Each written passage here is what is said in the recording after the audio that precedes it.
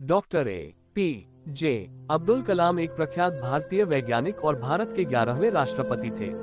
उन्होंने देश के कुछ सबसे महत्वपूर्ण संगठनों डीआरडीओ और इसरो में कार्य किया। उन्होंने वर्ष 1998 के पोखरण द्वितीय परमाणु परीक्षण में भी महत्वपूर्ण भूमिका निभाई। डॉक्टर कलाम भारत के अंतरिक्ष कार्यक्रम और मिसाइल विकास कार्यक्रम के साथ भी जुड़े थे। इसी कारण उन्हें मिसाइल मैन भी कहा जाता है। वर्ष 2002 में कलाम भारत के राष्ट्रपति चुने गए और 5 वर्ष की अवधि की सेवा के बाद वह शिक्षण, लेखन और सार्वजनिक सेवा में लौट आए। उन्हें भारत के सर्वोच्च नागरिक सम्मान भारत रत्न सहित कई प्रतिष्ठित पुरस्कारों से सम्मानित किया गया। प्रारंभिक जीवन। अबुल पकीर जैनुलैब्दीन अब्दुल कलाम का जन्म 15 अक्टूबर 1931 को तमिलनाडु के रामेश्वरम में एक मुसलमान परिवार में हुआ। उनके पिता जैनुलैब्दीन एक नाविक थे और उनकी माता अशियम्मा एक गृहिणी थी। उनके परिवार की आर्थिक स्थिति ठीक नहीं थी, इसलिए उन्हें छोटी उम्र से ही काम करना पड़ा। अपने पिता की आर्थिक मदद के लिए बालक कलाम स्कूल के बाद समाचार पत्र वितरण का कार्य करते थे। अपने स्कूल के दिनों में कलाम पढ़ाई लिखाई में सामान्य थे, पर नई चीज सीखने के लिए हमेशा तत्पर और तैयार रहते थे। उनके अंदर सीखने की भूख थी और वो पढ़ाई पर घंटों ध्यान देते थे।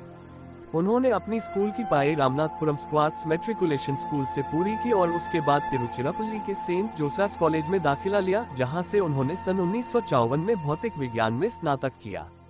उसके बाद वर्ष 1955 में वो मद्रास चले गए, जहां से उन्होंने एरोस्पेस इंजीनियरिंग की शिक्षा ग्रहण की। वर्ष 1960 में कलाम ने मद्रास इंस्टीट्यूट ऑफ टेक्नोलॉजी से इंजीनियरिंग की पढ़ाई पूरी की।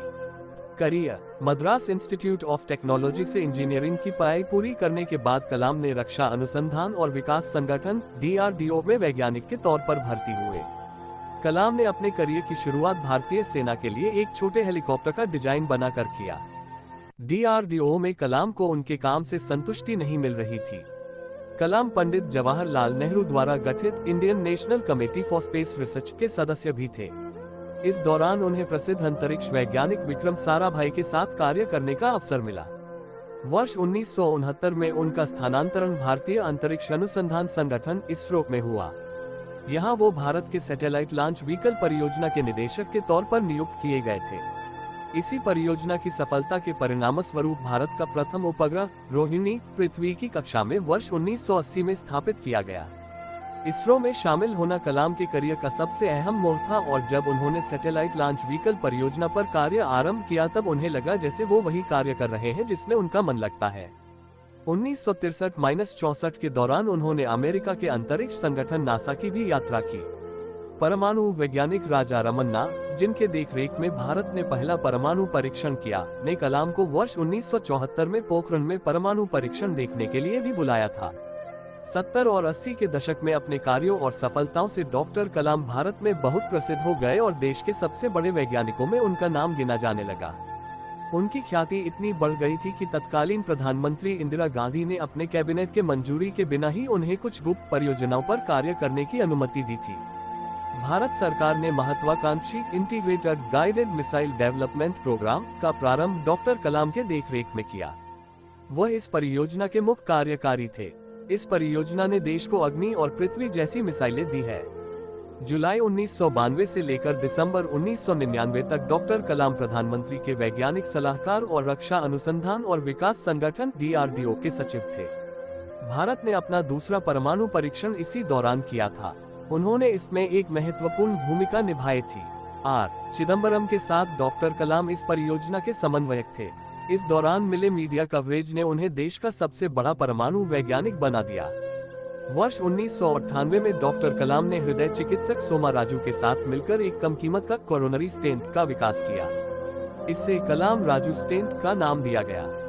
भारत के राष्ट्रपति। एक रक्षा वैज्ञानिक के तौर पर उनकी उपलब्धियों और प्रसिद्धि के मद्देनजर डी.ए. की गठबंधन सरकार ने उन्हें वर्ष 2002 में राष्ट्रपति पद का उम्मीदवार बनाया।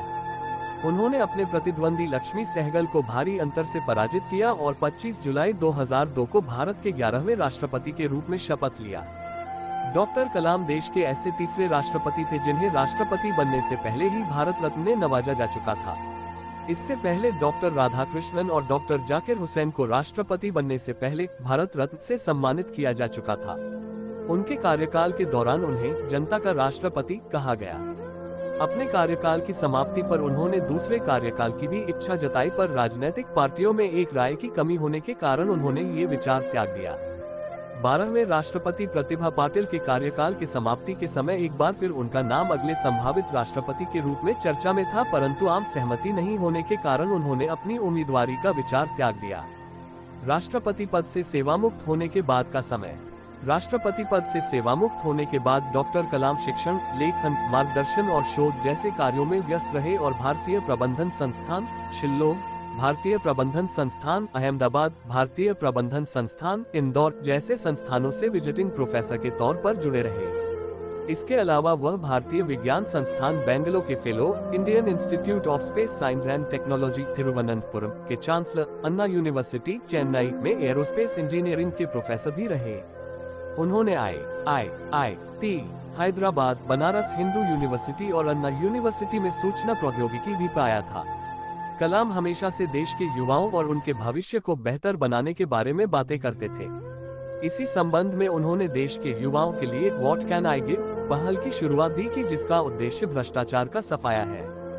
देश के युवाओं में उनकी लोकप्रियता को देखते हुए उन्हें 2 बार 2003 और 2004 MTV youth icon of the year award के लिए मनोनीत भी किया गया था।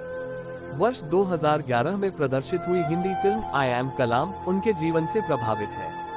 शिक्षण के अलावा डॉक्टर कलाम ने कई पुस्तकें भी लिखी, जिनमें प्रमुख है India 2020, a vision for the new millennium, wings of fire, an autobiography, ignited minds, unleashing the power with in India, mission India, indomitable spirit आदि। पुरस्कार और सम्मान। देश और समाज के लिए किए गए उनके कार्यों के लिए डॉक्टर कलाम को अनेकों पुरस्कारों से सम्मानित किया गया।